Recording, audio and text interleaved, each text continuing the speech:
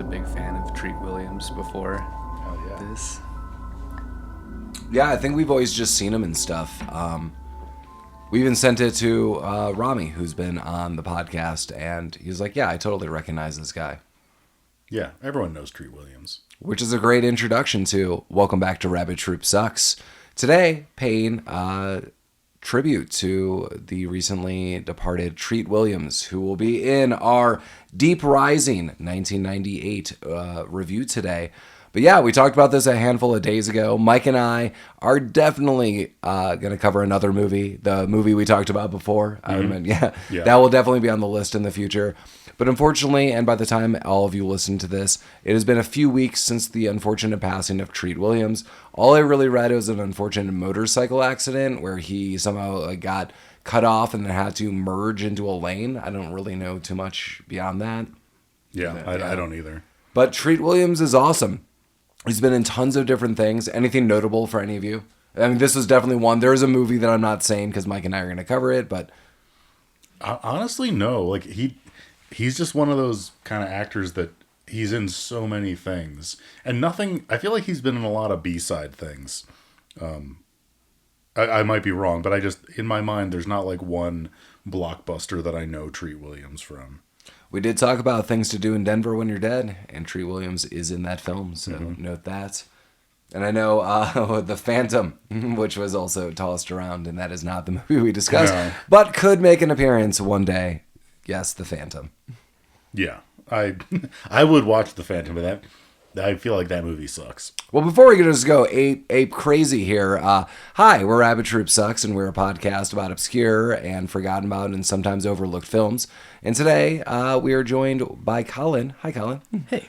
And as always, I'm Paul, and next to me is Mike, and we're just jumping into it because we just finished watching Deep Rising with Treat Williams, which, on a side note, I thoroughly enjoyed. I did as well. Is there hesitation? No, Collin and I had a side conversation, or he asked me a question that led me to believe that he may not have appreciated this movie quite as well. Oh, no. Yeah, it was just a little hokey. I mean, it was a lot hokey. It was very hokey. And I think it really did a pretty good job. I kind of liked it, yeah. Yeah, hokey is a great word to describe this. The lack of funding for the computer graphics is very, very evident. But I don't know, man. I'm a sucker for a bunch of people going on a ship, apparently, and shit getting wild. Throwback to Ghost Ship with ghosts. Now we have tentacle monsters. I think I could just watch this scenario over and over again.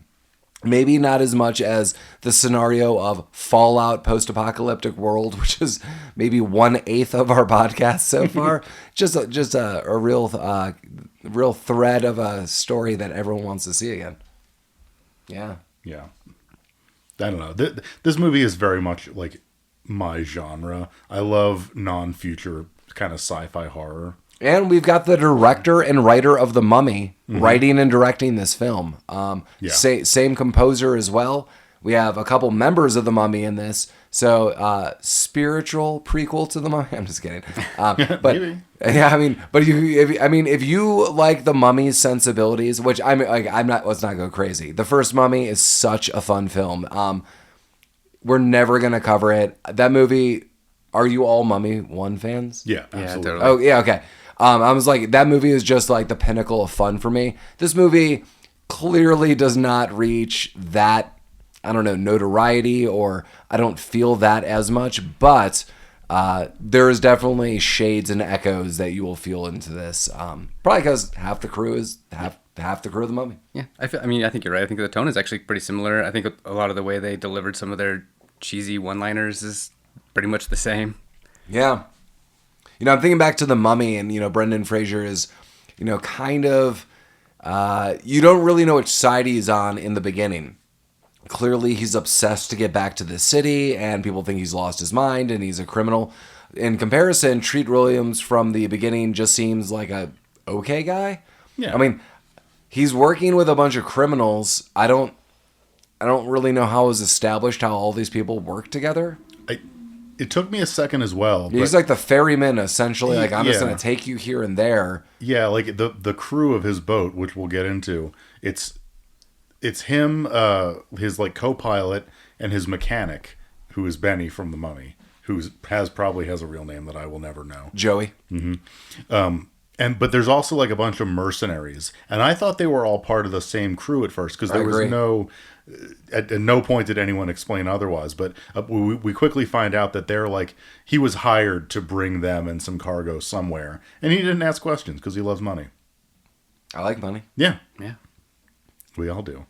This is the same kind of quandary that I mean, clearly we've told you there's tentacle monsters, but this is the same kind of quandary that's brought up in a conversation in Clerks, where they note, hey, there's a lot of innocent stormtroopers that were working on the construction of that Death Star, and that contractor like comes over in Clerks and he's like, hey, as a contractor myself, sometimes you just got to know what you're getting into. And he says something like how he avoided like getting a job and his friend took it and there was a mob hit and everyone went down. I think that's kind of the treat Williams we're seeing here. Like, I have to assume he thinks these guys are not super good. Like, he just doesn't ask questions. He's Han Solo. Right. It's the transporter on water. Yeah. He doesn't want to know. Yeah, like, whatever. You need to go over there? Well, cool. Yeah. Bye. Don't fuck with my car. Right. We'll just do this. But unfortunately, Joey goes a snooping, and he finds that they have torpedoes, amongst other things, where the crew then proceeds to drag him out and stomp the shit out of him. The shit out of him. Yeah. When this first started happening, I was like, why the fuck are they kicking this guy's ass? I thought they were all in the same. But no, they're not. They're very upset that he found these torpedoes. Yeah, it seems like there's only a crew of 3 on like, I would say, the good guy side. So we have John, we have Leela, and we have Joey. And do we have anyone else? No. Yeah. That's his gang. All right. All right. Yeah. The whole crew's assembled yet again. Yeah, and so this is all kind of taking place in the South China Sea. I think I inferred by the text at the beginning of the movie. They're like a minute and a half long, a text. Yeah. I mean, they were talking about like how deep some shit is, but whatever. Real deep. Real deep. Metaphorically deep, psychologically deep. Yeah. But yeah, so as they're cruising towards wherever they're going, we also see this big ass cruise ship, which is like Asian themed, I guess, and it's called the Aquanautica. The Aquanautica. Okay, thank you. All of my notes say like Cryptonomicon and. Okay. Well, I have to backtrack on that. Okay. Collin, did you have to look that up? Were you able to gather that from the enunciation of the person saying it in the movie? I lied. It's the Argonautica. Argonaut. See, like okay. the portmanteau of, and I totally looked it up. Yeah, because in the movie, the guy's like, "Welcome to the Like the Aquanomicon. Right, yeah. So, yeah. No, it sounded different every time. And there's eventually a sign of it on a wall. I almost took a picture of it, but yeah, because I was like, I have no idea what's going on. You'll hear repeated thumps from Collin and I. You could always tell when our drinks, the condensation makes some kind of vacuum seal. I don't know what happens and why it's always during podcasting, but they know. Yeah, no, it sticks to the coasters, and Paul's coasters are made out of wood and weigh 18 pounds apiece. Nick Offerman made these coasters. Yeah, specifically for us. They say, "Thank you, Rabbit Troop sucks." Yes. In our fantasies, they say that. Yeah. So Nick Offerman, come on the show and talk about it. Yeah. But yeah, this cruise ship is like, it's like the casino from Rush Hour 2, basically. It's like this big, fun, like Asian casino cruise ship. Yeah, there's fire dancing. Somehow a team of taiko drummers are playing like a Big Bad Voodoo Daddy song. But everyone's just having a great time. And yeah, I don't know. It just, it's like the classic, kind of like we saw with Ghost Ship. It's just like, it's a big fucking cruise ship party. Everyone's wearing black tie. It's a big old thing. Collin, you were not on Ghost Ship, but you did comment that the opening sequence of Ghost Ship has haunted you since you've seen it. Yeah, absolutely. I don't know. I didn't know anything about the movie. I listened to the podcast, but the first scene has been in my mind for the last. It's so fucked up, right? Yeah, it's nuts. I mean, that's it's really messed up. Yeah. Ghost Ship. Yeah, Mike's noting. Yeah, there's this huge party. People are doing some weird stuff. I know there's a sheik walking around, so it's a real party on a boat. Fire dancers, a sheik, whatever you need. Is the maiden voyage, and they note to everyone who is on board: Our only goal is to make all of your dreams come true, which is very short-lived. It's a beautiful boat ride. It's like the Love Boat. Yeah. I watched the new Fantasy Island movie. Either of you see that piece of shit? Didn't even know it was a thing. Yeah. I think the description I just gave you was enough to go. All right. I think my wife and I rented that for 99 cents. It was like the weekly 99-cent rentals a couple of years ago, like in a pandemic. We're like, let's watch a movie. And we're like, we could have done better. Who played Herb Velicious' character? It's like a dark movie, so it's like one of those Blumhouse horror movies. So like not everyone has like the same like transferable roles. Okay. It's just more of like dark fantasies and then like revenge tactics. It's very bizarre. So not like Fantasy Island at all. It's someone's fantasy. Okay. Neat. I don't know about that. I listed all the bad people. I tried to separate it because I too, like Mike, I was like, oh, I thought this crew was all together and maybe just like Treat Williams, the captain, was like cranky, so people were staying away. Right, that's kind of what I thought. But no, they were just absolutely separate crew members. And then everyone who's bad I labeled as crew boys. So take that. Yeah. Well, yeah, I mean, they're mercenaries, as we find out. And they are the absolute worst mercenaries money can buy. That is correct. These guys are terrible at everything. But they're also fun in that like 90s way where everything they says is really like macho and stupid and serves no purpose. They love to kick the shit out of people. They do love to kick the shit out of people. If they had a power, it'd be that. Yeah. There's one who's from Australia, and they give him a hard time for being from Australia. I could have loaded up the Crikey app. Where is it? It could have been jerkin time right now, and we weren't here. One of the main guys, or at least one of the longest surviving guys, I don't know his name, but he was Mr. Hyde in that terrible League of Extraordinary Gentlemen movie. Oh, man. I don't know what else he's been in. I don't know. He's like just a dick to everybody. The leader of the mercenaries? No, not the leader. Like he was, I don't know. I don't know any of their names. Everyone had a stereotype. You don't know Trillian? My friend Trillian. Who was Trillian? Trillian's Famke. Oh, Trillian's Famke. Well, yeah, we haven't even gotten to Famke yet. Crikey. Okay. Nice. Boom. So as these guys are kicking the shit out of each other on this boat, going to a place that we don't know about yet, Famke is she's on this boat and she pickpockets the captain. Yeah. She wants to steal some shit from the safe. Yeah, we really don't know her backstory all too much or ever throughout the movie. None is given. And you know what? I'm fine with that. She's just some chick on a boat who wants to steal some stuff. So I was going to say my one complaint with this movie. My initial complaint with this movie was that there are way too many not conflicting, but there are so many plots happening in this movie at once. There's also many boats, and I was unaware of which boat was which. At one point in time, there is a room shown, and I think I told Collin and Mike, I said, oh, they're on a different boat. I just thought this was like a really nice room, and then I thought, how's it on Treat Williams's boat? And the safe room? Yeah. Yeah. Because it's just really not shown. You're just not like, what the hell's going on? Yeah, it's weird. Yeah, so that's the room that she kind of sneaks her way into with the captain's key card, trying to steal a necklace. And she gets caught. Yeah, she's trying to Catwoman herself around. She is trying to Catwoman herself. I like that they're like, caught red-handed. Like, they're just all there. They assembled, like, the Scooby-Doo mystery team. Like, they're just, like, behind a closet. Yeah. Yeah. And it's the captain. I refer to him as Nerd Guy, but we find out he's the owner of the boat. Yeah, Simon. And they reference him by his last name. It's like Codwell or something, but his name is Simon. Okay. And there was, like, another guy, like the security guy, I guess. Yeah. Or something. I don't know. I'm going to call him DJ Secures. Yeah. But I'm sorry. We're kind of in a weird. We're just all over the place, and my notes aren't making a ton of sense. Well, basically, we get a signal come in, and the boat has a complete shutdown. After Trillian is escorted to I think, like the kitchen and a walk-in cooler, they lock her in there. And then the security goes bonks. And oh, yeah. We see like you don't see his face, but like a guy in a suit uses some CD-ROMs from a briefcase to take down all the communication systems. And the official diagnosis from what I assembled in my mind is the IT guy on the ship is, oh my God, I'm hitting microphones.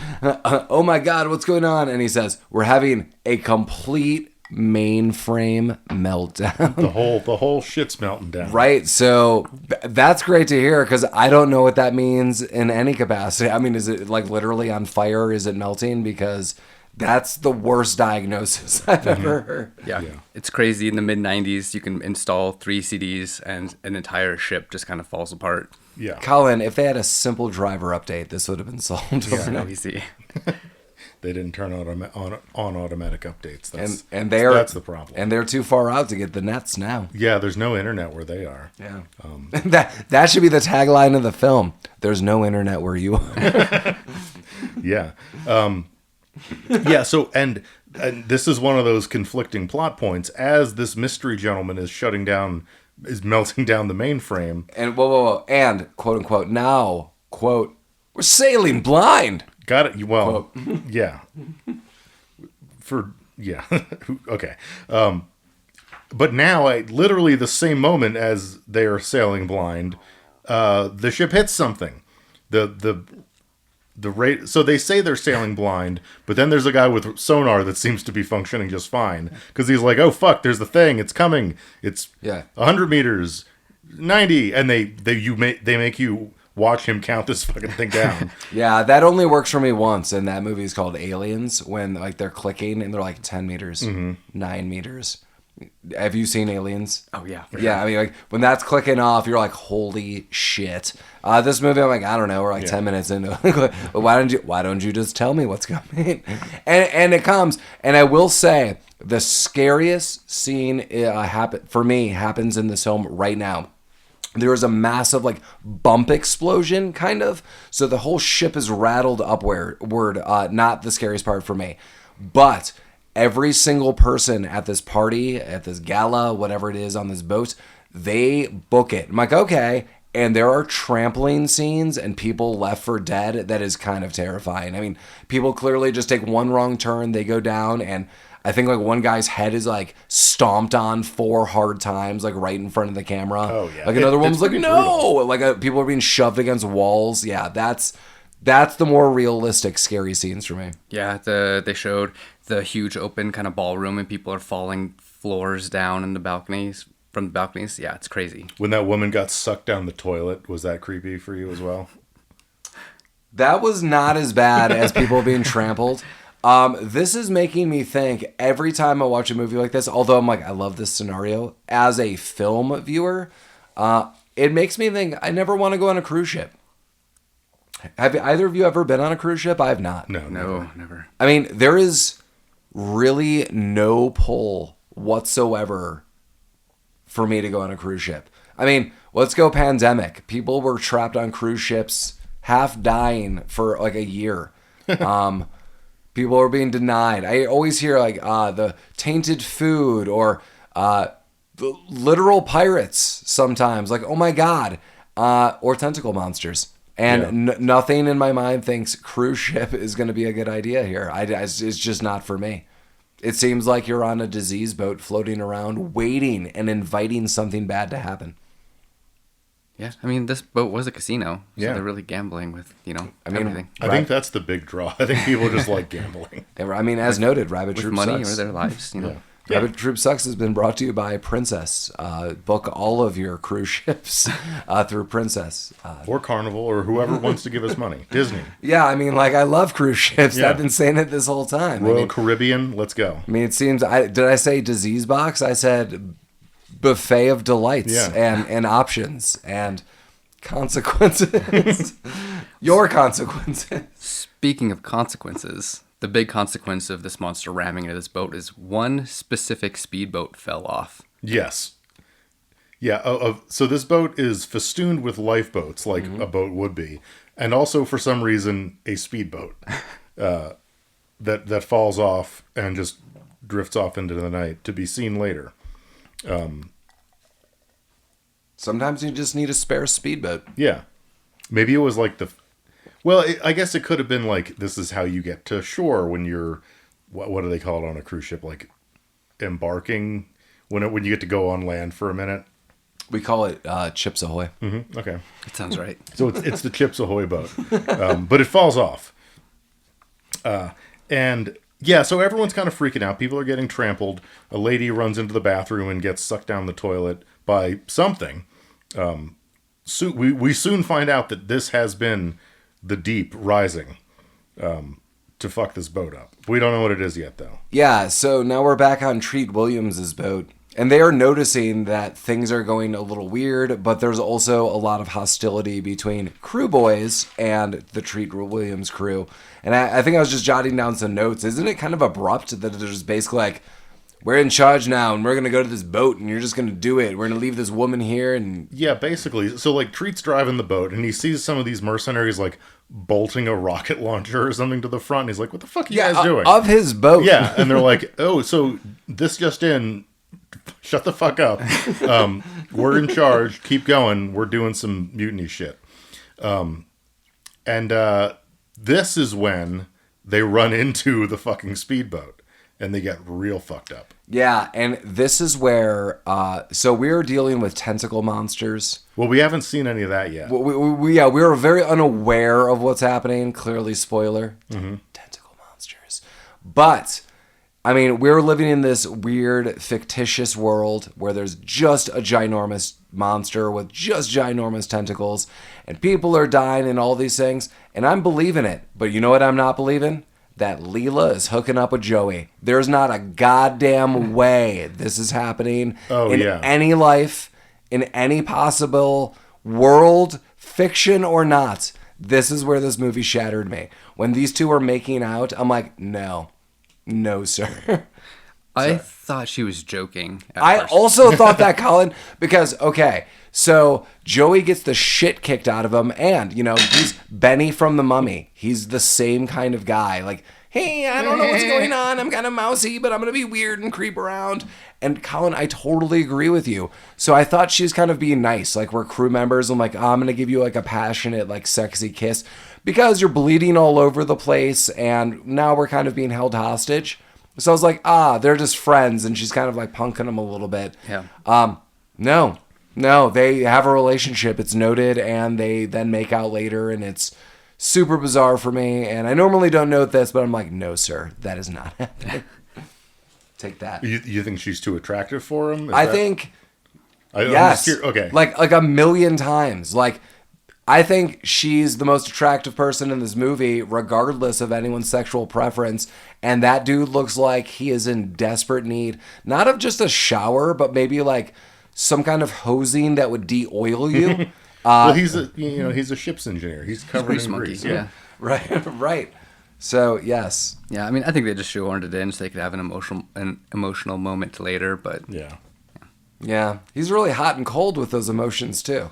Yeah, like throughout the film, so kind of weird. Yeah, he's all right. But yeah, so this Treat's questioning of all this leads to the mercenaries being like, "We're now taking control of this. Sorry, your boat's fucked up. We see that cruise ship over there. Let's go to that because that's our goal here." We find out that their goal is to basically rob this cruise ship. Yeah, really of what, though? Like, this is such a bizarre... Well, I think the casino was the target. I mean, sure. It's just really weird. Like, it's Ocean's 11 on the water, basically. But not done with style, just like brute force. Like a bunch, like 40 people are going to come in with guns and be like, I'm taking this. Like, you have a million witnesses in theory, or you're going to kill them and now you're a mass murderer. Like, well, I mean, we do find out the rest of that plot as the movie goes on, and they weren't planning on killing them. Yeah, that's true. But I mean, the main plot is definitely a huge difference from what the mercenaries were alleging that they were going to do. Well, the mercenaries may not have really known what they were supposed to do. That's what I'm trying to say. Because these guys are morons. Yeah, they're no good. No, but yeah, so they're basically there because it's a casino ship. They're there to rob the safe with all the money, to back up the gambling. The one that Famke got caught trying to rob. And so we find out that while all this shit's going on, she just kind of got some boxes dropped on her because she was locked in the brig or whatever. Or Oh, It might have been a refrigerator because she was eating like sushi and shit. Yeah, it was like a walk-in cooler, and she was just helping herself to snacks. I thought that was a bold move because I'm like, where are you gonna go? That's what I would have done. I also would have done the same thing. Yeah, she's popping champagne. She's got like a sushi platter going. She's doing all right. But because she's kind of secure in here while the rest of the ship is falling to pieces, she's just kind of chilling. But then gets out. She does get out, yeah. But so the mercenaries kind of get onto the cruise ship, and they are not expecting it to be all fucked up. Yeah, and they're like, they try to bust in. It's kind of comical because they get into this big like ballroom area. Right. They're like, ha, got your bitch. Yeah, they're like, yeah, we're here. And they're like, where's everybody? There's no one here. Yeah, and the different members of the team have different reactions to this. Some are... I bet one guy said crikey in his mind. Oh, yeah, he did. he did. But yeah, some of them are like, where's everybody? And some of the other ones are like, who cares? Let's just fucking do it. Because, again, they're all morons. Yeah, I think here they kind of established that the boat wasn't supposed to be stopped. That's kind of unexpected. Yeah, they commented on that. Two of the guys, I know this is just kind of like a side comment. I don't know really the order of it is. Two of the guys are walking around and one guy sees something and just goes ape shit insane and unloads just bullet after bullet after bullet. Do you guys remember this? Oh, yeah, like something makes a noise and all of them just start shooting. Yeah, and then it's kind of comical because they all stop like, and they go right back to it for funsies. And then, you know, their boss comes in, the guy from Dances with Wolves, I think Hanover, I think is his name. Oh, is he the leader? Yeah, okay. Yeah. He comes, he's like, come on, boys, no. Well, like, yeah, because they, before they got on, he gave them all these weapons with, you know, a revolving barrel. They looked awesome. Oh, and yeah. were super impractical. Yes. They were practical for my eyes. They also never ran out of bullets, which was nice. Yeah. Very convenient for the movie. I played some video games, and that would come in handy. Mm-hmm. Yeah. Sorry, like my notes are weird for this film. I didn't really take many of them. I do feel this is where Trillian does lockpick her way out of this. She takes a barrette from her hair and smashes the security little box and then basically just shoves it in the middle. And of course, the security door is deactivated and she is able to walk right out, not knowing that every other crew member, in theory, is missing and or dead. She's alive. She had some sushi, champagne. Yeah, she's feeling all right. Slept on a bed of lettuce. Yeah. So, meanwhile, back with the mercenaries, this is where we first see the tentacle, because the Aussie guy gets tentacled first, I believe. Oh yeah, it was jerkin time for him. they split up because the Aussie guy and the one guy take Treat Williams and Joey. They have to go to the bottom of the boat to get parts to fix their boat. That's right. Yeah, okay. We kind of glossed over that. And Leela is left behind, and she is now just doing maintenance on the boat. And Mike, I can't remember what you referenced to, but you're like, what the hell is going on? And she's like sitting in the middle of basically water with like soldering irons and just sparks are flying. Yeah, she's basically just got a blowtorch and she's holding it to a piece of metal. With no seeming purpose. I mentioned that it was like fixing a vehicle in the Far Cry games, because that's exactly what it looks like. But yeah, she's trying to fix it. The mercenaries brought Treat and Benny on the boat because they're like, our boat's fucked up. We need to fix it. They probably have like a repair shop here. So that's why they're there, and that's why they split up, because they're trying to get parts to fix the boat, and the mercenaries are doing whatever hood rat shit they're up to. Yeah, Leela's short-lived here. She is the next person taken out. Oh, yeah. She dies real quick. Yeah, I mean, like one of the other baddies is there, like, hey, what are you doing? You know. She's like, I hear something. What's going on? And he comes down, and they're both, I believe, her than him are just sucked out of that boat. I think he lives a little bit longer. Yeah, I don't remember. Yeah, I'm trying to think of what happens to that guy. He stays up top, and then he comes down later and gets yanked, but not for much later. Because he's supposed to be pumping water out from the boat, that's right. So he's maintaining the pump up above. Yeah, I don't know. This is where they find the captain, and like... Yeah, okay. So the mercenaries are kind of making their way through.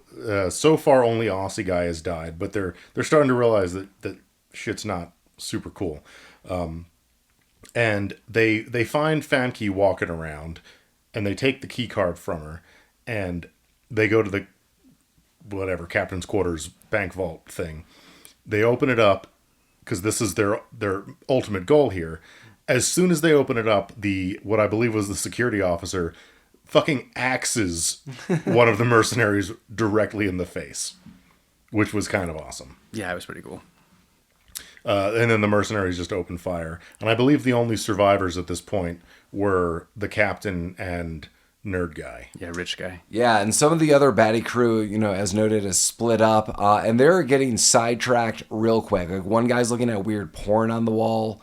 He's like, oh, yeah, I'm just going to stand here. Like, he loved that porn. It's like 4 pictures from Playboy. Like, dude, you're on a flooded ship doing some hijacking. Like, get your head in the game, man. Like, what are you doing? Other people are just like walking around doing God knows what. All short-lived. Yeah. Yeah. Yeah. So I think after that guy gets an axe to the face, I think actually the guy who was looking at the porn on the wall gets eaten immediately. And this scene was crazy, where he gets dragged around on the ground and smacked with a bunch of pipes. Yeah, I thought he was gonna be like almost like shredded through those pipes because they really piped the hell out of that guy. I also note, out of all the things, people are like doing God knows what, as I said, and Joey drops a peanut in the water. It's like, yeah. He was like, what? Yeah, Treat Williams like, what's going on? He's like, I'm trying to eat this peanut, and then like out of a shell, right, and then drops it. And one single peanut.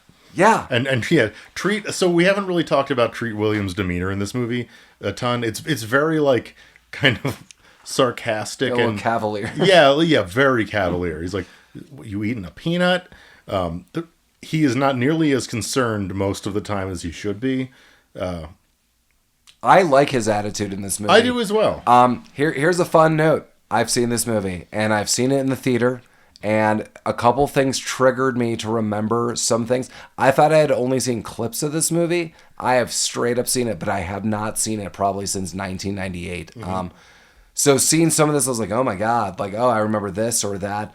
We'll get to a couple scenes that I think are kind of iconic from this, and I definitely remember from the preview. But seeing Treat Williams in this role, I wish I saw more in roles like this. I like this. It's funny you say that you remembered seeing it. I have also seen this movie, and I didn't think I had leading up to it. And when we get to the scene that made me remember, I'll bring it up. But I've seen this movie like within the past year. Whoa, dude, what? Yeah, like, it must have been on like Amazon or one of the dumb free streaming services, and I clearly watched it like late at night alone and probably a little drunk because I didn't remember any of it until one particular scene. I think what you're telling me is this movie didn't really have a deep impact. Boom. Well, this is Deep Rising. This is Deep Rising, yeah. Or a Deep Rising. I kind of feel like they assigned Treat Williams 12 lines and were like, just use these however you want. Yeah, totally. Yeah, he had like a bag with lines written on pieces of paper, and he just picked one. Yeah. It's like, it doesn't matter what you say, just one of these is fine. Yeah. So would you say he treated the lines? I don't know what that means. We can say that. Nice. Sure. So one of the pieces of trivia that I read about... did you look at the IMDb trivia for this movie? I did not. There are 8,000 entries, and they're all really boring. Oh. But one of them was that this movie was delayed a little bit because they were fine-tuning the special effects. I would like to talk about the CGI in this movie for a second. They're not good. Because it sucks. Yeah, it's really bad. It's so bad. Like, they could have just used a practical tentacle. Yeah. I'm really trying to think. I mean, I'm trying to compare this to The Mummy, too. I mean, was this just here's a summer or whatever kind of epic film we're going to release and just really use that as a vacuum to suck up money to put right into The Mummy? Because if you're telling me that's the case, I believe it. Sure. Yeah. I mean, the CG in The Mummy is clearly dated now. Isn't The Mummy 99, just like the following year? That sounds right. I just feel the CG, like I haven't seen The Mummy for a while. Clearly the CG probably is dated, but it's definitely not this dated. I mean, this is a mess. The CG is a mess. I'm sorry. I still had fun with the movie, but it's bad. Yeah. It gets real bad at the end, but we'll talk about it. Is that the Famke curse? I mean, this and The Faculty, we noted the CG in The Faculty was terrible as well. Yeah, maybe. She's like, I love bad CG. I would love to be in this movie. Bad CG? Hell yeah. Count me in. That's all she does. That's so sad. Yeah. Well, I mean, she was. This is post Goldeneye, right? Yeah. Why is she doing this? She was a Bond villain. Yes. No, she's not. She's not a Bond villain. What? She was kind of a villain. Yeah. Kind of a villain. I mean, she was. She was kind of a Bond girl, too. Well, yeah. I mean, a yeah. Bond girl can be a villain. That's true. Yeah. Write us about these moral quandaries that you're having about Bondom. But she was like I like Goldeneye still, and I thought she was really good in that. Questionable accents aside. Yeah. But then she's doing this, the fucking faculty. Yeah, it's super weird. And then I feel like she just stopped being an actress until X-Men. Yeah. Oh wait, we're actually getting to the point where I do remember this, and I'm wondering if this is what Mike is gonna note as well. Trillian's sneaking around, doing some weird. She's hiding around. She eventually is able to get into an elevator, and I'll just cut to the chase. Everyone gets in the elevator. Pretty much everyone who was alive is now in this elevator overall that we think. Yeah. So it's Trillian, it's John, who's Treat Williams. Joey's in the elevator. Hanover eventually gets in. A couple crew members gets in, and boom, the girl from Ipanema plays. And that is from the preview of this movie. Is and that I remembered, that's what brought you online? And that was the big joke, like, what's going on? And it's Joey like, oh, it's the girl from Ipanema. And she also recently died. The singer of that song. Oh, really? Yeah, I think that was like also, by the time people listen to it, before Treat Williams, but maybe a couple other weeks ago. Who was that? I feel bad not knowing who that person is. Gotta look it up. Okay. Put him on the spot. I'm not going to. I just like I mean I'm not trying to put you on the spot because I do not know who that person is. You just got to write in. We some of the podcasts I listen to, they have like a tech person, and they're just like instantly on it. That's the person who runs the soundboard and immediately has Google. We don't have any of that. And then these famous podcasts, they also have a thousands fan base who are instant writing. They're like, why didn't he say blank and blank? What didn't she like not get credit or paid for that? There was some like controversy with how that song was recorded with her, I think. Something like that. I mean, it's late at night. Yeah. Collin just has his phone. I just feel bad. Well, it's Astrid Gilberto. Yep. Okay. Collin's the tech guy. Boom. Those other questions, that's for you, the listeners, to solve. Write us about it. Yeah. Leave it in a review. Yeah, just give us an Apple review of just your answers to our questions. Right. Yeah. 5 stars. These dummies don't know who's saying. Right. Why are they doing it to us? That's fine. That's all fine. Yes, they're in the elevator. Girl from Ipanema plays. The elevator becomes a blood corridor. It becomes a blood corridor, yeah. It kind of goes... It's like going up and down a bit. But then it just like crashes. Yeah. Yeah. Then we get into this weird room, and I make this little side note. There are a couple things happening sometimes in the background that I like, and the best person doing this all throughout the film is Trillian. Trillian just kind of snoops about. If you were playing a D&D campaign, Trillian is your rogue, and she is accidentally stumbling into treasure or things that help the campaign or whatever it might be. And this one is, she's in this like really nice dress this whole time, and that was like, her guise to pickpocket and flirt and, get money, etc. And now she just gets into a straight up different outfit. Yeah, whatever room they're in is like where the lost and found is. And she's just looking through bins, getting clothing. Yeah, and I was like, this is kind of weird, and it happens for the next couple minutes. She is straight up in now boots and jeans and a tank top and is a completely different person. Right. But it totally makes sense. I wouldn't want to be in a dress in this situation. There's now going underwater. There's explosions. You have no idea what's going on. There's a scene later where they're all in the galley, I guess. And she's like, everyone's arguing. She's just in the background, like eating a loaf of bread. Right? She eats more than anyone else. Yeah. Oh, yeah. It's great. Yeah. It's the person who probably has the most logical sense. Like, hey, 5 people are arguing, but I also haven't eaten in 8 hours, so I probably will eat food while I can. It's basically the mentality of live by each moment. I kind of dig it. Well, I think the thing is she's drunk from all that champagne she drank when she was locked in the kitchen. It was champagne, my friend. I see. The finest champagne for all of my friends. Was it Andre? There's how many bottles of Andre can you have? Well, how many increments of $2 do you have? I don't even know how to respond to that. I think this is the point where they the rich guy kind of explains, the plot was that really this whole boat cost too much money and they were going to blow it up as part of an insurance scam. Yeah. It's kind of funny because I think Mike's description of him is what I have. I had to look up his name. Again, they keep referencing. I said Codwell or something, but it's like something along those lines. His name is Simon, but my big note was nerd owner. Yeah. Yeah. He's such a dork. He's a terrible criminal. Yeah. Yeah, and he's just kind of like a wiener guy too. But yeah, he's explaining like this, the cost of operating this boat. While the boat makes a lot of money, it also costs a lot of money, and it's just we're not really breaking even. So I hired these dingleberries to they were gonna rob the money off the boat, and while everyone was getting on the lifeboats, they were gonna blow it up. So the idea was that the passengers were gonna get away without being killed. The boat was gonna sink. He was gonna not only get the insurance money, but the any of the robbing profits as well. Or maybe that's what the mercenaries were getting. So what you're telling me is chicken parmesan isn't vegan? That sounds right, but Yeah. I've heard that. No one? No. What? No. Scott Pilgrim, vegan police.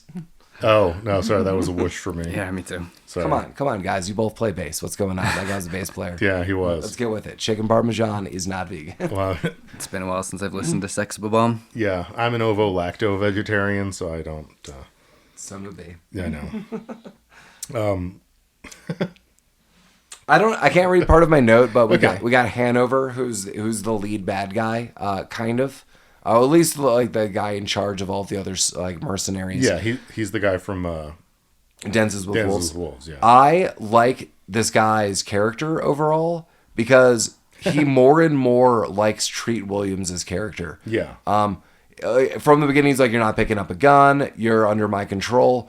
And kind of sooner rather than later, he's like, "You might want a gun too." Yeah, the minute shit starts going down, he's like, "Hey, Treat Williams, here's this gun." Yeah, and it's kind of said that, I don't feel either of them would turn on each other, probably at some point in time, but in the moment, they would not. I mean, Hanover, that is, does turn on Joey really quickly later, but that treatment, I honestly don't think he would have done that to John, who is Treat Williams. Do you guys know what I'm talking about? Oh, yeah, exactly. I don't know what you're talking about, yeah. We definitely noted that part. Yeah. That was fun for me. Yeah. I think, and so I think this is the part where we first get introduced to actually seeing a tentacle. We just went over the bad CGI and stuff like that. Yeah. They realize that if they just shoot it a bunch, that kind of works. And this is the scene where we see the Billy fall out of the tentacle after they shoot it for a little bit. Oh, Yeah, that guy's gross. Yeah, so yeah, the tentacle shows up and they fuck it up with their guns, and like it spits out a half digested Billy. Yeah. And he's missing. He looks like fucking Two-Face. I know you're saying he's missing. I was like, he's missing a lot. He's missing a lot. Yeah, he's not doing okay. It's gross. Also, somehow, nerd owner guy knows what these things are. He's like, oh, these are probably like big versions of this little thing that I know about, and it's because they're from 40,000 feet beneath the sea level, so they're just really big. Yeah, Joey. I think Joey's like, so we dealing with some kind of mutant sea monster? Yeah, and he's like, no, it's just a big sea worm thing, but they're big because they're from really deep, and they're here now for some reason. He's like, yeah, at sea level they're inches big. At 10,000 feet they're, also several inches big. But at 40,000, who knows? They could be huge. Well, it's like they're this thing. Yeah, that totally makes sense. Yeah. So I mean, he's got all the info, thankfully, because someone's got to explain it. Yeah, but why are they even there? What, the monsters? Yeah.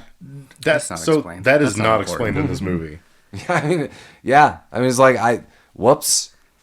I mean, that's kind of the fun of the movie. It's a heist gone wrong because, whoops, there's a bunch of monsters attacking you. Age-old story. I love it. Yeah. I do like in monster movies where they don't bother telling you why the monster's there. Yeah, this is like 30 things have to happen for this scene to happen, and so we're just going to kind of make all of that work. Right. Mike, remember we talked about the movie before where it's World War One and a bunch of American troops are trying to go in and get some like intel on the German soldiers, and whoops, they're in a weird old witch coven. Mm-hmm. Yeah, I totally. That was fun. Like, I like that this is just all sidetracked. And that's kind of the fun with the villains of the movie, because it's, yeah, we know we're villains and we're thieves and we're doing, whoa, monsters? Maybe we're all in it together. We need to get the hell out of here. So I like the mentality. Clearly, I think the villains would shoot everyone in the back the moment they got off. Oh, for sure. Yeah. I think they would have done that if they were successful anyway. Yeah. Oh, probably. So at this point, everyone scatters. And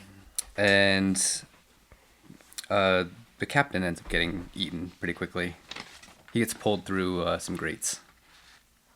Oh, that's right. His leg gets like whipped up into his face or something.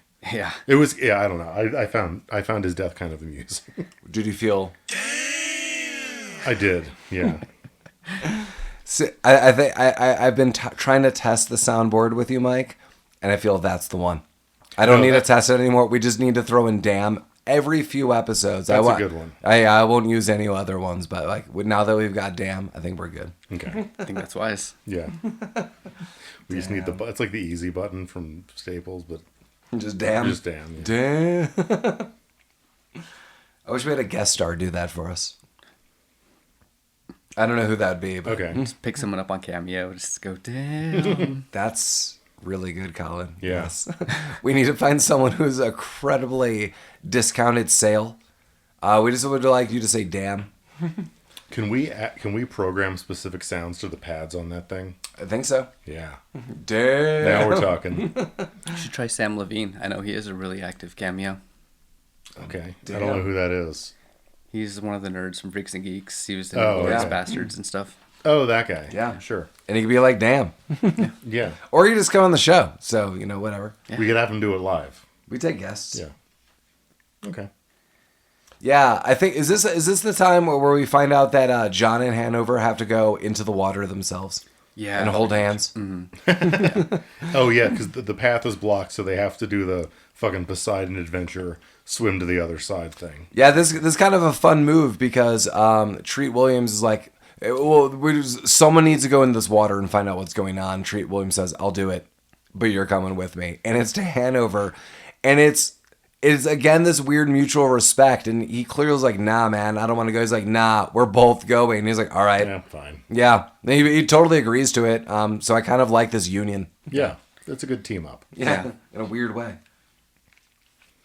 Well, so yeah, and the plan is when we get to the other side, if it's clear, I'll shoot 2 shots. I don't believe that ever happens. I don't think that happened. Yeah, I don't think that happens either. But it doesn't matter because the fucking monster shows up and everyone that's left behind freaks out and just jumps into the water anyway. But Joey and one of the other baddies have a standoff with the tentacle monster, as Collin noted before. Oops, the tentacles really don't like being bulleted to shreds, and they both just gun these tentacles down, and Joey jumps in the water and leaves. But the other guy does not. He does after a little bit. He does. does. Yeah, no, I know, yeah. He doesn't get very far, though. Yeah. Yeah, he does not. That's right. He doesn't get that far. He does get in the water as well, but then the tentacle gets him, and he is able to launch off a grenade. Yeah. Which is sweet. Yeah. I kind of always liked the twist grenade style in movies that just Yeah. kind of are a little futuristic and explode like crazy. Yeah, they're totally fun. It's got this weird like gear dial, and you twist it and they beep, beep, beep, beep, beep. You throw it. Yeah, it's super cool. It looks like a stormtrooper would have it. It's like a thermal detonator. Yeah, exactly. Yeah. I love it. And talk to us if you want to talk about future grenades. Right in. Yeah. Tell us about it. Simon's here. He tells everyone to split off. Yeah. Wait, which one's Simon? Simon's the nerd. Nerd guy, yeah. Yeah, my note says nerd guy fake out. Yeah, he's like, well, we've got to split off. Let's go this way. And Trillian's like, that's weird. Oh, yeah, but they all go the way that he says, and he just, like, minces back and goes the other way. Right. Because he's trying to get them to go to the bow of the ship, which for you non-nautical folks is the front, I believe. Yeah. Do you know that? Yeah. Well, now I feel. Do you know that? Yeah. You said I believe that. Yeah. Bow is the front, stern Really is the shook our rear. confidence.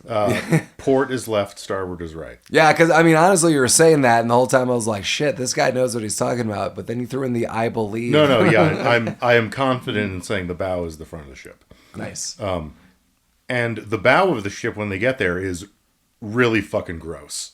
Oh, it's a killing field. Yeah, it's not where you want to go. Yeah, It's full of gooey corpses. Yeah, it's really gooey. Because I mean, do we say exactly how these tentacles kill people? Oh, they drink them. Yeah, so you get sucked up into a tentacle, and they drink your juices out and suck you dry like a Mudhoney song. Yeah. And then they dispose of your gooey leftover bones into this room, apparently. Yeah, Yeah. for some reason that's never really explained very well. But who needs? We don't need that. Yeah. They're clean. They're very clean. This is the tentacle monster's litter box. We just found it.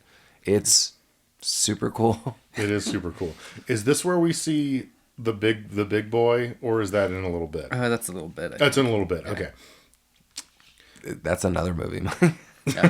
But I think they do start. Tentacles do start coming in. I think this is one of the 30 times Treat Williams says, "Now what?" Yeah, he is very upset about the constant incursion of these things. This guy was just trying to do a job. Yeah. Now, one, he's not going to do that job and get paid for it. His boat's wrecked. Yeah, This guy wants a hamburger. he does. So they, the tentacles are here now. They all run away. They split up again, and then for some reason there's enough of the ship working that these water doors are timed perfectly. Yes. And thankfully, these tentacles actually do follow rules of, don't cross doors, the plane of doors. Mm-hmm. That seems to be their weak spot. And bullets. Yeah. Yeah. They really don't like bullets. Or fire, but nothing does really. Yeah. So Fire bad.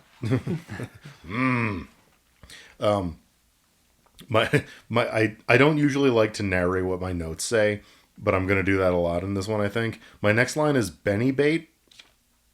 Yeah. Yeah. Is this when where he's with Hanover? Hanover shoots him in the leg? Yeah, so Yeah. they're running down a corridor together, and Joey says, what could slow these things down? And Hanover says, when they eat, when they feed, that's the only time they slow down. And I mean, dude, Joey, you're walking yourself through your own fate. Yeah. And what could ever slow him down? What are you talking about? We don't have that much kind of food. And he's making jokes and ha ha ha. And Hanover shoots him in the leg. So he is the food that will slow him down. Yeah. But there's a weird comeuppance that comes up somewhat later. Yeah. I kind of like the written part of this, as dark as it is. No, this was pretty good. Yeah. So Benny escapes by like jumping into a fucking dumbwaiter or something. Well, you know about the boat's dumbwaiter? I mean, it makes sense that they would have him, I guess. But yeah, he disappears. Does it transition directly into the mercenary guy getting the shit? I think there's probably a little There's bit of a little escape bit, scene yeah, of okay. Treat Williams and Famke. Okay. But then it cuts back pretty quick. Yeah. Yeah. So yeah, I mean the end result of this is like the merc guy, what's his name? Hanover. Like he ends up thinking he escaped, but then he does get attacked by the tentacle, and it's like slowly eating him, and then Benny pops up, and he's like, "Oh, well, what have we here?" Yeah. But Benny has a gun, and Hanover's like, Just motioning, like, give me the gun, like, I'm gonna be slowly devoured by this thing. And he does. Benny's like, all right, don't say I never did anything for you. Hands him the gun. And because Hanover is a total dick, he tries to shoot at Benny as he's running off. But like, Benny's like, are you kidding? Yeah, he even says something, are you kidding me? But those were his last shots. He didn't know it. So when he tries to fucking shoot himself, he's out of bullets. So fuck that guy. Yeah, the last scene we see is Hanover definitely getting his comeuppance, where this tentacle basically is on each side of him and just starts slowly devouring him. Him screaming, he's out of bullets. Mm-hmm. He wasted it to be a cocky SOB, and he's gone. He wouldn't have pulled that shit with Treat. No, I really feel that's the case. Yeah, there was a weird respect there. Yeah, I like it. I like that weird respect. I think Treat probably would have been the kind of guy to pull the trigger himself. Mm-hmm. I also agree with that. It would have been like, here's the gun. It's like, don't say I ever gave, like, and don't say I never gave you anything. Like, thanks for fighting with me. Boom. Like, something like that or whatever. Sure, yeah. Or like, what next? What now? You have a brother? Come on, man. Your dad is the tentacle? I didn't see that one coming. Well, so now there's only a few of these guys left. I think at this point where it's Treat, Nerd Guy, and Famke. And, yes. Benny's somewhere maybe. Benny is somewhere. Treat's coming up with a plan. So he makes it back to his original boat, realizes that what's-her-name is dead, the girl who was too hot for Benny. And and then Joey does get on this boat. Yeah, Joey does sneak up on him. Because the big thing is, Joey's like, hey, what's going on? So where's the bag? Give me the parts. We'll fix up the boat and get out of here. And He's that's like, what, yeah. He's like, yeah, we don't have those. Whoops. Oopsie, lost him. Yeah, that's the plan. Going back to, they found the torpedo and he comes up with this plan. Right. I don't really know how they fixed the boat well enough. I mean, Joey does say it couldn't go past, I want to say he said a city block. Yeah. And he said that's all we need. But it goes way past a city block on this weird driving loop that they put it on. Yeah, so basically they strap a torpedo to the front of it, and they set the autopilot to, like, drive in a half circle and just ram back into the cruise ship. Yeah. I think he does backtrack a little bit and say that it could go up to 5 minutes or something like that. Something like that. There was, like, a time frame. Well, okay, let's go back for a quick second. What was wrong with the boat? So when it crashed into the speedboat, the parts of the speedboat came all into the engine stuff of their boat. They pulled the propeller of the speedboat out of the motor somehow. So it was leaking fuel. They didn't have any fuel left, But then they started. Yeah, so I think it kind of like punctured the gas tank to where there was a little bit of fuel left to keep going. We call those the drippings. Yeah, that's the good stuff. You make the gravy out of it. Yeah. Mike used to be a mechanic, and I believe that was the professional term. Like, oh, you want me to fix your drippings? That's what we call them, the drippings. Yeah. That's what it said on, like, the invoice. Like, oh my god, repair drippings. I've been watching a lot of Newhart on the side, and if I lived in Vermont and there was a town of like 50 people, and someone told me that, I'd believe him. Yeah. Yeah, I can't believe I'm defending this movie, but I think the 5 minutes isn't the least believable part. Yeah, this wasn't the worst suspension of disbelief. I told you, Joey dating that woman, not a chance in hell.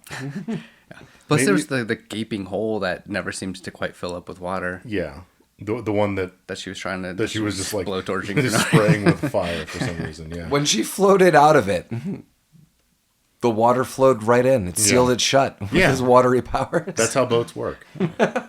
What's your boat made of? It's half water. Yeah, well. You're on the water. I am the water. So yeah, he's like, Benny, just fix it so it runs for a second. I got to go back on the boat and find Famke. And she's trying to find a wave runner or jet ski, which is dope. Keys to a jet ski. It was the jet skis that made me remember that I'd seen this movie. So like with 10 minutes left. Yeah, basically. Yeah. I had inclinings throughout the movie. I was like, I feel like I've seen this, but nothing is resonating. When they were on those jet skis, I was like, fuck yeah. Yeah, Simon comes in bumbling around too with a gun. She put down a gun, got jet ski keys. He gets the drop on her, but then is like, you could come with me. I don't even know why he offers that. I mean, it's clearly a lie. Yeah. Why would you even say that for any reason? And then he tries to get the jet ski keys. Also, what kind of gun does he have? It looks weird. Yeah, it weird looks like a shotgun, but it shoots like little rockets or something. Yeah. So the weird thing is, it is totally a flare gun, but multiple flares, like double-barreled. Yeah. Yeah. Is that what it was for real? I guess. Yeah. I have no idea. I mean, that's what it was. I don't know if that's a thing that exists. When the other guns don't exist. This is another reason I don't want to get on a cruise ship. Yeah. All of a sudden, people have double-barreled flare guns. This is going to be one of the many problems amongst the tainted oyster bar that I don't want people around me dealing with. I know you're talking shit about it. I've never been on one. I would go on a cruise. I don't know that. How long would you go? I don't know, a couple days. Okay, that makes a little more sense in my mind. Like, you want to go for 48 hours or something like that. I'm still not in. That's not my jam. That makes it more feasible for me. But these cruises where people are like, I'm on a cruise ship for 15 days. I know there's stops, like you get off, you go to islands and stuff. I just primarily don't want to be on a floating effing boat for weeks. No, I mean, I'd go out, like, do some water gambling, eat the buffet. Like, I like being on and around water. So I think I would enjoy it a little bit. I don't know if it's my jam. I've never done it, but I could see it being fun. Yeah. I'm not anti, but... People get motion sickness. I don't know. I think it's just a disaster. I don't know. I mean, I've spent enough time on boats in my younger days that, like, I'm not really worried about that. Not you. I'm just saying. You know, you're on a boat with 10,000 people, and a lot of them are getting motion sickness. Yeah. I just feel people. I don't know. I'm going to quote Ron Swanson when he goes into a strip club. I have a feeling everyone here has a low-level fever. That's how I'd go on a cruise ship. Well, you just don't like doing anything that's outside of your zone. Cruisy ships? I don't know. That's not my zone. No, it's not. When do they fight the big thing? They're fighting it, man. They're about to. Is it now? Yeah. Okay. So Treat Williams goes on to chase Famke and Nerd Guy down. Yeah. They kind of split up a little bit, and then this is where it gets on. Yeah, so we see, like, Tentacle Prime, which looks like absolute garbage. Like, it's not even in the same resolution as the rest of the movie somehow. And I think this is actually a bit of a twist, because I think the thing that the guy said that the tentacles were are like little worm creatures. Yeah. With like little, proboscis, however you actually say that word. Sure, yeah. And like that's what they're supposed to be. And then it turns out it's actually this big octopusy monster. Yeah, this is a big fucking octopus. Yeah. Which no one would ever know, because no one's such a fucking nerd about sea life to catch on to that. Well, it grabs Treat, and it's kind of shaking him around. But he does what any of us would do, and shoots it in the fucking eye with a shotgun. And that actually works pretty well. He had a quippy line that he said when he did it. I don't remember what it was. And this is where Simon is running off, and he sees Treat Williams' boat, right? Yeah. Or am I a little ahead? No, this is about right. Yeah, like, the boat is about to go into autopilot, and Nerd Guy is... So, like, there's a little hatch on, like, water level where the boat is, but Nerd Guy is up on the deck. So the boat's, like, 60 feet below him or something. I don't know. It's a ways. He's like, fuck, I can just jump down there. So he does, and he breaks his fucking leg. Yeah, I think that we just missed one thing, and it was Treat Williams was back on his boat for another moment, and it is assumed that Joey is dead. There's broken glass. Oh, yeah, and goo. Goo every which way. So unfortunately, it seems that Joey is dead. Yeah. And now Simon is on this boat. By himself. Yeah, unknowing that this boat is rigged with a torpedo and is about to go on autopilot in seconds and is on some weird loop, and it's about to circle around and go back into the cruise ship and explode it. Yeah. So, Treat's back looking for Famke and finds her, and they have the jet ski key now. So they go on a sick jet ski adventure. They're about to, like, they circle back to, like, get some speed going to get out the ramp through the hatch, but when they go back, the tentacle monster's just there, and they go, oh fuck. So they have to, like, drive through the hallways, I guess. Yeah, he was incredibly talented. He was a very good jet skiist, for sure. He also managed to open a couple doors and I believe summon an elevator by shooting it. Yeah, the classic shoot a door and it'll do whatever you need it to. I found that also she was cocking his gun to be very reminiscent of a T2 moment. Oh, yeah. When he's, like, driving the motorcycle and he's, like, so powerful as a robot. He's, like, like, clicking or, like, lock and loading the shotgun is, like, swirl, swirl, but she's doing it, so I thought that was kind of fun. It was, it kind of looked cool. Like, he would shoot, he would hold the gun behind his head and be like, cock it. Cock me, baby. Yeah. And then she'd cock him good. Again, feel free to write into Rabbit Troop Sucks podcast at gmail.com for all of your mic sound sample needs, or hopefully send Collin and I some inquiries about films. But if you need to cock it, and you need to cock it good, and you need some sound clips, let Mike know. Mm-hmm. Hashtag cock it good. But it works. You know, the shooting the buttons serves a purpose well.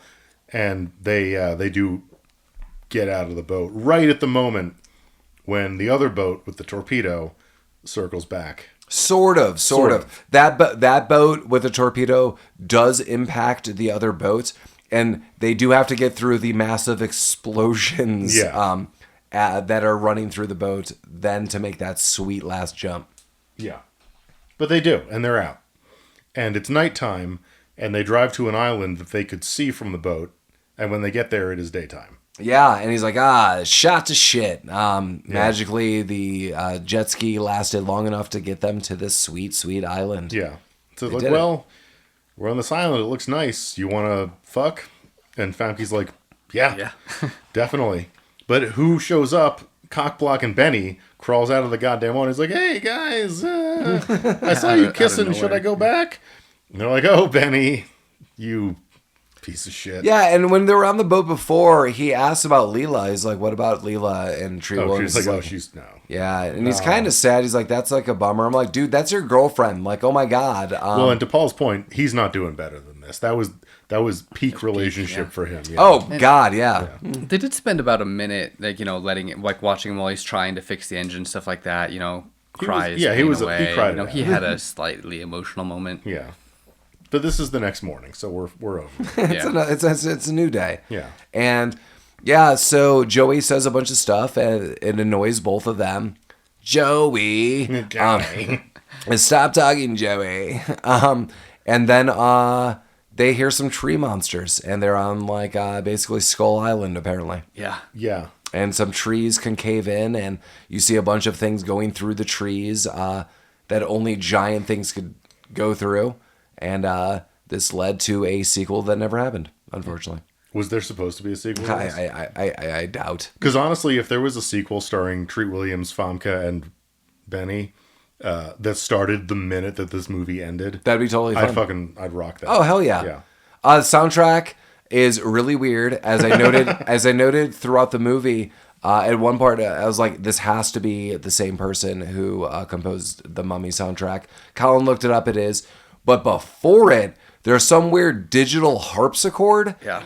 What the hell was that? At the very beginning of the movie, the song was super distracting. It sounded like a knockoff Lego company was doing like a Pirates of the Caribbean thing. Yeah. It was weird. It was off-putting. Yeah, it sounded like the boats were prancing around doing nothing. That was crazy. Weird. Yeah. It was, yeah.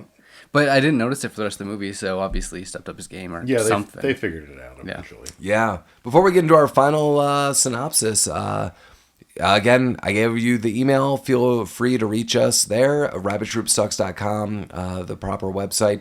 Instagram, Facebook, leave us a cool 5-star review. That'd be great on Apple or whatever. Let us know if you're interested in any other movies or you know something that we don't, or did we miss something? Was something cool? Let us know if something was cool. Do you need sexy sound clips from Mike? Do you need hot? Yeah, see? Fire!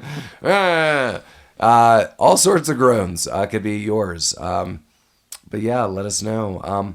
What did you guys all think of this movie? Go for it. I've been going back and forth. Yeah, I think I kind of like it. But every time I actually think about it for more than 2 seconds, I'm like, no, this movie is stupid. And that's kind of where I'm at. Yeah. This movie is very stupid. Yeah. I enjoyed watching it tonight. I enjoyed the first time I watched it. I love a crappy monster movie. Like, I like a monster movie that has sci-fi elements and isn't really a horror film. So like this movie isn't trying to scare you. There's no there's no real jump scares. There's no tension. It's just like an action movie with a monster. And that is maybe my favorite genre. This movie sucks. It is not good. It is not well written. Nothing about the craft for this movie is done well. But like, I had a lot of fun watching it because it is right up my alley. Will you like this movie, listeners? No, probably not. What? But you should. Well, what kind of movies have you been watching that led you to this movie? No, I think. I mean, if what I just said appeals to you, you will enjoy this. But I've talked to some of our listeners, and some of our listeners like good movies, and they're like, "Why the fuck are you watching these?" if you're that person, you're not going to enjoy this. But some people confuse me because, I mean, who doesn't like Manborg? Someone. Oh, Jeremy, we'll get you to like Manborg one day. That's alarming for me, but yeah, I had fun with this. It's stupid. This is a good like late night, make some microwave popcorn and get a little drunk kind of movie. It's just what I wanted. I question those good films that you reference that people we know like. No, yeah, and maybe they don't. I don't know. I know like I'm the renowned hater in the group, but not tonight. Not tonight. Not tonight. For our listeners, a lot of these movies we go through is to have fun. I mean, we're mining through gems, and it's not always, oh, did we accidentally find the Academy Award winner that should have been? It's, did we find a movie that's original or fun or is noteworthy to some extent? I don't know. Like, was anything super original here? No. But I agree with Mike. I think it's total fun. I think, I honestly, Collin, I think if the movie has you questioning now, like you went in with no, but now you're like maybe, I think it's gonna grow on you a little bit. Not that you're gonna rush back and watch this film anytime in the near future, but maybe years later you're gonna be like, you know what? It was just this crazy boat movie, and all of a sudden there's monsters, and what the hell? Yeah, I think you're right. I think it was reminiscent of so many other things. Like I was, you when you're watching a movie like this, you try to relate it to different things. A bunch of the scenes were like, they totally stole this from Alien, or this is basically just Event Horizon with sea creatures. But I think you're right. It was totally fun. There were definitely chunks of my notes where I was missing huge gaps because I was enthralled with what was going on screen. So, I think you're right. I think it was pretty fun. I know I was taking notes when the guy got the axe to the head, and I straight up rewound it. I was like, I can't live without seeing this. So yeah, I mean, they're same with my notes, that there are moments like, this is super fun. But, yeah, this movie could have been tightened up every which way. I thought Treat Williams was super fun in this. Yeah, oh, definitely. It is kind of a pleasure going back to be like, oh, I did see this, but, it was over 20-something years ago. But, yeah, I mean, he was awesome. He definitely should have been in more roles like this. I kind of like his apathetic, but let's get through this kind of way. Didn't he have some awesome one-liner where, I want to say Trillian said something like, I thought you were dead, and he's like, not so much, baby, or something like that. Like, can't kill me, or like, it's never going to happen. I know what you're talking about. Yeah, I was like, you're alive. It's like, you're alive. Like, yeah, and I'm going to keep it that way or something. Something like that, yeah. The only line I know that he said was, now what? He said that, I think, a couple times. I think it was kind of the joke. I think at the very last scene of the movie was another, now what? We should use this more often in conversation. Mike, you're going back to Muffin. Could be... when you do get the coffee that you order and the barista's like, here you go, you're like, now what? Like, nothing. This is it. This is what you ordered. Please enjoy your latte, sir. Now what? So actually, in the IMDb quotes section, repeated line just before something bad happens. Now what? They're trying to Star Wars their way in with like, I've got a really bad feeling about this. Yes. Nice. Mm-hmm. Maybe this was like the missed opportunity that they were going to try to do like T-shirts and logos. Oh, yeah. I think to a merchandising opportunity for sure. Deep Rising. Now what? Deep Rising 2. The what? The what in the trees. Yeah, I would totally watch this movie again. I have no regrets. I thought this was fun. Yeah, absolutely. I love an underwater horror movie. I mean, this movie is exactly Ghost Ship, just with monsters instead of ghosts. Yeah. Did either of you see? There was a underwater monster movie that came out within the past couple of years with Kristen Stewart. It was like, I saw it. Did you like it? And also, what was it called? I don't remember what it's called. I liked it enough, and I liked it. I think Collin's looking this up. You have not seen any of it? I have seen the whole thing. Yeah. Oh yeah, it starts off just immediately into an emergency. Yeah. And that's what I liked. There's no backstory. Like with the opening, it's, hey, there's this underwater, basically space station, or underwater station, and there are some members here. Things have gone ultimately wrong. Get up. The place is flooding. If you do not get up and run, things will kill you. Or the water's coming in. Like, not monsters that you know of yet. But yeah, I thought that was kind of an interesting, fun film. Yeah, I liked it. I like the fact that there's no real explanation. It's like immediately things are going wrong. They realize that there might be a monster. They don't know why, but holy fuck, we just got to get out of here. And I like that. You're going to be disappointed when I tell you what it's called. Is it called Deep? It's called Underwater. Underwater. Okay, there we go. Oh, wow. And that's where we're at, Rabbit Troop Sucks. Yeah. I do want to note that our next film will be a sequel, but you don't even need to watch the original.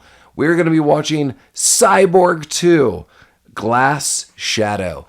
And I am super, super stoked to watch this movie. Yeah, me too. I have never seen it. I have seen Cyborg 1 with Jean-Claude Van Damme probably a dozen or more times throughout my life. Cult classic. Apparently this movie has nothing to do with it. This will be Angelina Jolie's first full adult film. I don't want to say that like sexually, but as an adult, that I had to look this up, that she was in a movie when she was like 5 or 6 or something. But as an adult, this is like her feature debut. So not as a child. And I think it's full of regrets. Yeah, probably. Yeah, so I'm looking forward to that, gem. Before we leave off, any last words on what we just watched? A little Deep Rising. Treat Williams, you're awesome. We miss you. Yeah. Well, we just saw Deep Rising. Now what? That should be honestly like how we like memorialize Treat Williams.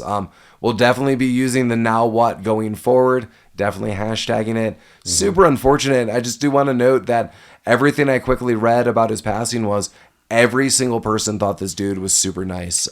Just like immediate compliments across the board. The one piece of trivia that I saw, which I thought was super, super cool. If I could ever, like in a dream scenario, have this role, it seems tangible.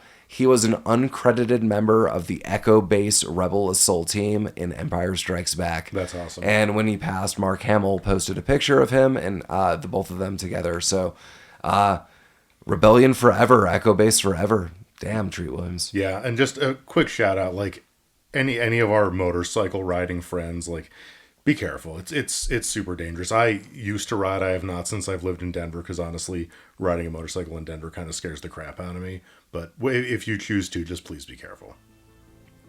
As always, Yeah. Rabbit Troop Sucks. Rabbit Troop Sucks. Rabbit Troop Sucks.